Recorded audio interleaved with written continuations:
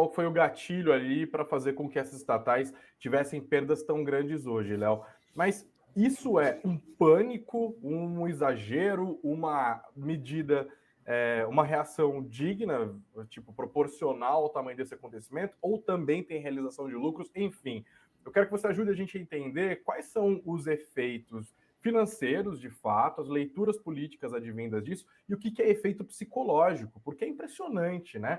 Um acontecimento que para muita gente soava até como um factoide ontem, levar a uma queda tão forte nas ações assim, né? Porque fico até a pergunta, e aí, claro, não é do teu papel interpretar isso, né? A gente vai caçar aqui bons analistas políticos para ver se de fato essa história toda do Roberto Jefferson tem tanto impacto eleitoral assim na campanha do presidente Jair Bolsonaro, né?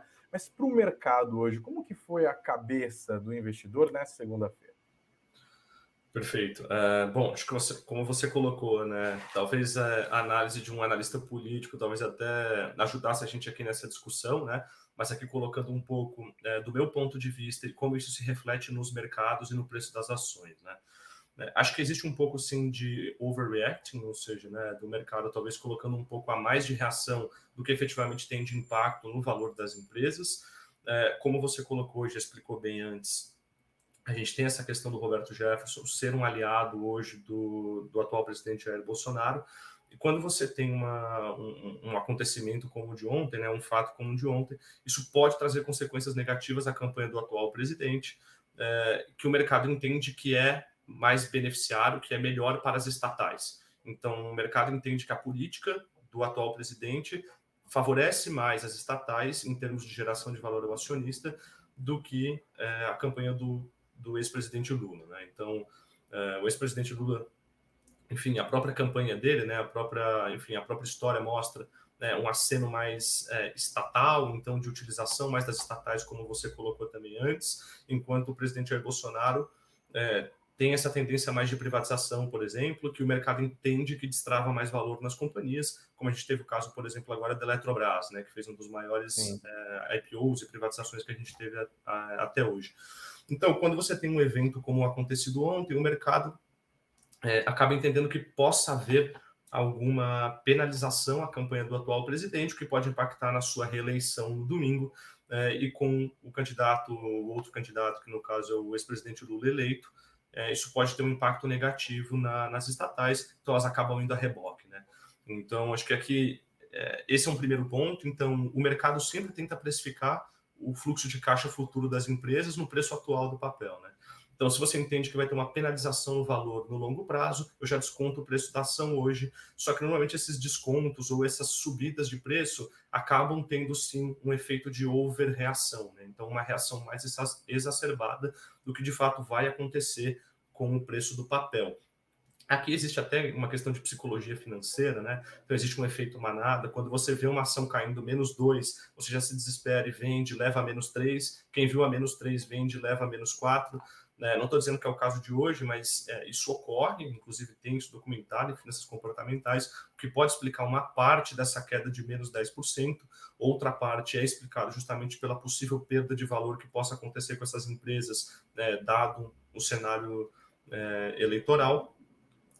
Então, acredito que tenha assim, um impacto tanto no valor da empresa quanto também uma reação um pouco mais exacerbada. E acho que é legal de destacar só 2 pontos, Greg, se você me permite, que é Por a favor. questão do valuation, né? Então, quando a gente fala do valor das empresas hoje, principalmente a Petrobras e o Banco do Brasil, que caíram 10% hoje, né? Foi uma senhora queda, são empresas que, no nosso entendimento aqui na Sunasset, são baratas. Então, elas, ao nível de preço que elas já estavam, elas já tinham uma geração de valor ao acionista muito forte, e quando você cai o que caiu hoje, se torna mais barato ainda, o que torna mais injustificado essa queda, né? Se fosse por uma realização, como você falou, que é verdade, então houve uma realização de preço, porque elas subiram muito na semana passada, para você ver às vezes como o mercado reage, né? Então, as empresas subiram quase 15% na semana passada e já devolveram 10% na segunda-feira hoje. Existe uma questão de realização de lucro, mas o valuation geral dessas empresas ainda é baixo no nosso entendimento, então não é por uma questão de preço, é por uma questão mesmo de talvez uma reação um pouco mais exacerbada e um possível impacto aí do cenário eleitoral. Pode ter rolado exagero também na alta das ações? Pelo que você está falando aqui, a resposta seria não, né? Porque elas estavam baratas e mesmo depois, é isso que você disse, só para ver se eu entendi certo, que mesmo depois das altas da última semana, elas continuavam baratas, as Sim, ações de Banco do Brasil e Petrobras, por exemplo. no nosso entendimento, sim. Então, quando a gente olha, vou dar até até alguns números para o pessoal entender, né? Banco do Brasil é um banco que, antes dessa queda, já negociava algo como 80% do valor patrimonial, ou seja, o Banco do Brasil inteiro valia só 80% do que ele tem no patrimônio líquido.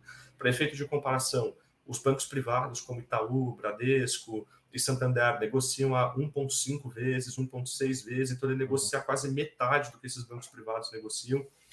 Tudo bem que empresas estatais carregam um desconto para pares privados, mas esse desconto nunca foi tão grande, o que indica que o Banco do Brasil negocia um valuation barato, atrativo. Então, a subida da semana passada me parece algo muito mais plausível do que a queda de hoje. Tá? E Petrobras é a mesma coisa. Então, a gente está falando de uma empresa que negocia 3 vezes EBITDA, então o valor inteiro da empresa, quando você soma o valor a mercado dela, mais o valor da dívida líquida, que seria o valor para você comprar toda a empresa, valendo só 3 vezes o que ela gera de um lucro operacional, é pouco. 3 vezes EBITDA é pouco. Inclusive, a Petrobras negocia abaixo de petroleiras russas. Quando você olha múltiplos de petroleiras russas e petroleiras grandes como Chevron, ExxonMobil, que são pares internacionais comparáveis, ela também negocia a múltiplos mais baixos. Então, a subida da semana passada convergiu mais essas empresas ao seu valor justo e essa queda devolveu um pouco da irracionalidade aqui no nosso entendimento. Tá? Ô, Léo, deixa eu ver se eu consigo colocar em termos populares para todo mundo entender. Aqui, inclusive, eu agradeço a nossa audiência. Somos mais de 400 pessoas aqui. Senta o dedo no like, hein, meu povo. Se inscrevam no nosso canal. E se o PT ganhar? E aí fica esse enorme debate, né? Tipo, vai ser Lula 1, vai ser Lula 2, vai ser o Lula com Meirelles, vai ser o Lula com Guido Mantega, vai ser o Lula botando um cara do mercado tipo Marcos Lisboa, ou vai ser o Lula pegando um economista da Fundação Perseu Abramo.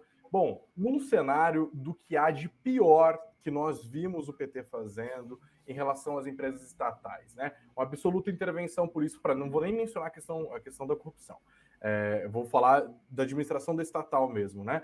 Quando, por exemplo, o PT estava vendendo petróleo mais barato do que o custo que ele tinha para produzir aquele petróleo, quando a gente viu o caixa da empresa sendo consumido por medidas populistas, quando a Petrobras se tornou a petroleira mais endividada do planeta, o Banco do Brasil pode ser usado de maneira populista de muitas maneiras também, né? Tem vários programas que agora estão na boca do Lula ali sobre renegociação de dívidas. Obviamente, os bancos públicos devem ser usados para acontecer isso e que pese a discussão sobre as contas públicas e as pessoas que estão no Serasa, sobre os juros escorchantes ou não, isso significaria provavelmente perdas muito grandes para bancos estatais, porque boa parte dessa grana acaba não voltando para as instituições. A gente sabe como isso funciona. Tudo isso colocado, se o que vier por aí será o que há de pior no PT em termos de administração estatal, que nós já vimos acontecer, ainda assim dá para dizer que Petrobras e Banco do Brasil hoje estão baratos?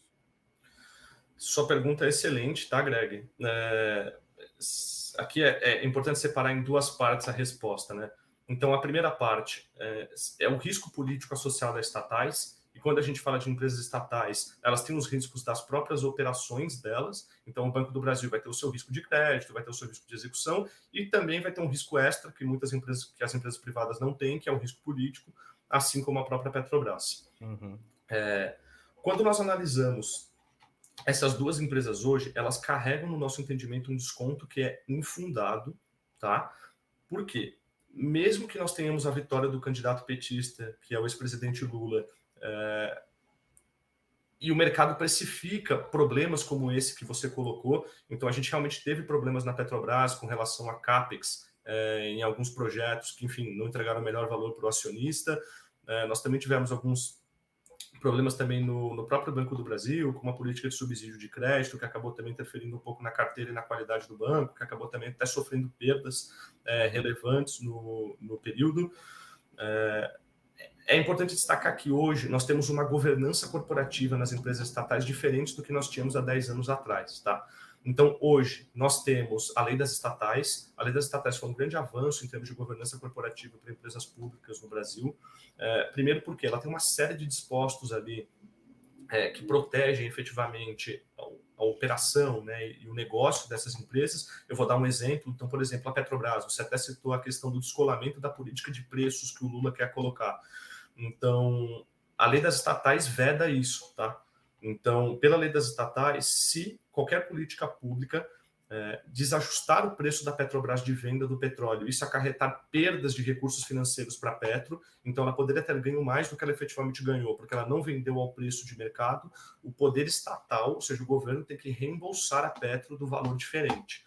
Aí você poderia dizer, mas isso é algo surreal, não aconteceria no Brasil. Já aconteceu, tá? Então, na greve dos caminhoneiros em 2018, houve um subsídio, a Petrobras ganhou menos dinheiro do que efetivamente ganharia se mantivesse a paridade internacional, e o poder estatal, respeitando a lei das estatais, teve que reembolsar. Claro que nenhuma regra é universal, que está cravada nas leis universais do universo, então toda lei pode ser alterada. Mas aí você teria que envolver todo o legislativo, teria que envolver, né, Câmara dos Deputados, Senado, já é algo mais difícil.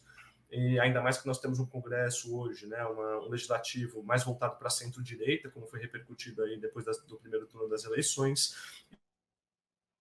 E o próprio Estatuto Social da Petro também tem alavancas e proteções contra mudanças de política de preço, contra CAPEX, ou seja, projetos, investimentos que não têm o melhor retorno para o acionista. Então, uma definição do management, dos gestores da Petro, diz que a Petro só pode entrar em projetos em que o break-even do barril de petróleo é $30 o barril, então eles têm um direcionamento do quanto eles podem investir e até onde eles podem. Igual eu falei, tudo isso pode ser alterado. Não existem regras imutáveis no universo, mas hoje existem proteções e alavancas que não existiam há 10 anos e, enfim, que dificultam qualquer atuação, não só de um possível governo do Lula, como também de um governo do Bolsonaro ou qualquer outro governo que seja. Então, existem proteções nesse sentido, tanto para o Banco do Brasil quanto para a Petro, tá? Ou seja, hoje pode ter sido um bom dia de oportunidade para comprar empresas que estão baratas, ainda mais baratas. Perfeito. Então, acho que no nosso entendimento, eu sempre digo assim, esse é o nosso entendimento aqui da Suno Asset, essas empresas carregam um desconto que é infundado. Então, quando você olha o que elas geram de valor para o acionista, e como isso vem retornado, então, a Petrobras só ano passado pagou mais de 20% em valor de mercado em dividendos, esse ano já foi mais de 1/3 do valor de mercado em dividendos, Banco do Brasil entre 10% a 15%, além de uma ótima alocação de capital. Então, são empresas que têm um micro, ou seja, eles têm uma gestão da sua operação muito forte e retornam valor ao acionista e carregam um desconto, ou seja, negociam a múltiplos, negociam um valuation muito atrativo para o que elas realmente entregam. E como você colocou, mesmo que haja um risco político de possível alteração dessa operação ou de possíveis, enfim, colocações que não sejam as melhores para essas empresas, ainda assim o desconto dá margem de segurança suficiente ao investidor para montar a posição no papel ao preço atual e ainda assim ter um retorno satisfatório, dadas essas proteções de governança corporativa que eu coloquei aqui, que hoje existem nessas empresas. Então, no nosso entendimento, sim, é uma boa oportunidade, inclusive, falando aqui em nome do fundo, nós temos posições nessas duas empresas, foram grandes atribuidoras de performance no período e nós continuamos compradores das teses ao preço atual.